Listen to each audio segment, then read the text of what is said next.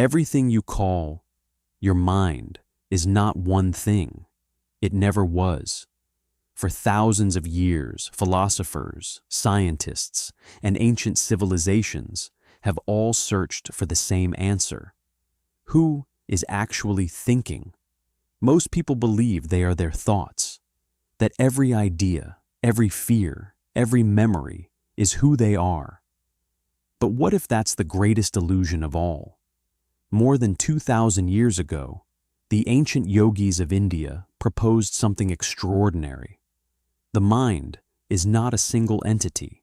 It is a system, a collection of different forces, constantly interacting with one another, and understanding them could completely change the way you experience reality. The ancient text that describes this vision is found in the Yoga Sutras of Patanjali, one of the most influential works ever written about the human mind. Unlike modern psychology, the Yoga Sutras were not trying to explain behavior. They were trying to answer a deeper question. Why do we suffer? And can the mind become completely free?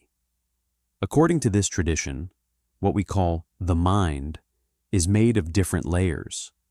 The first is called manas. It receives information from the senses. It compares, questions, doubts. It is the constant stream of thoughts running through your head every day, the endless internal conversation that almost never becomes silent. Then comes buddhi, the faculty of discernment, the part of the mind capable of seeing clearly, making decisions, recognizing truth from illusion. If manas asks questions, buddhi chooses the direction. Then there is ahamkara, the ego, not ego in the modern sense of arrogance, but something much deeper, the voice constantly saying, "This is me, my success, my pain, my story." According to the yogic tradition, this identification is the source of much of our suffering, because we begin to believe that we are the thoughts passing through our mind. But perhaps the most fascinating layer is chitta, the storehouse of memory.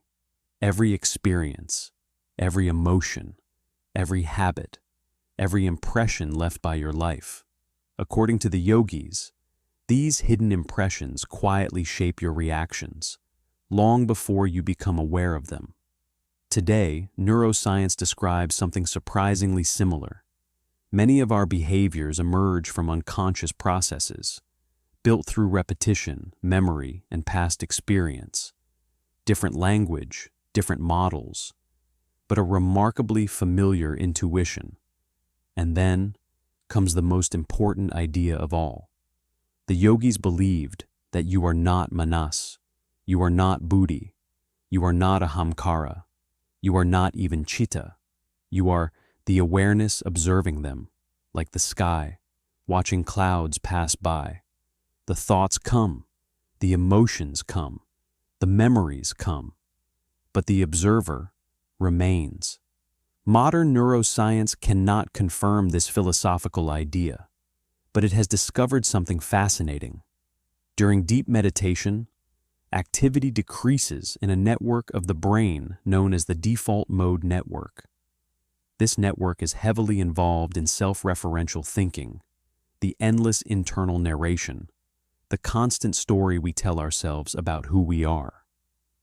Many experienced meditators describe these moments in strikingly similar ways: silence, presence, a feeling that the boundary between self and experience becomes less rigid.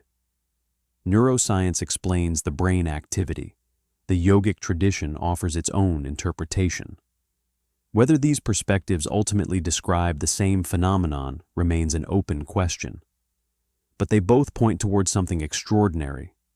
Perhaps freedom is not achieved by controlling every thought.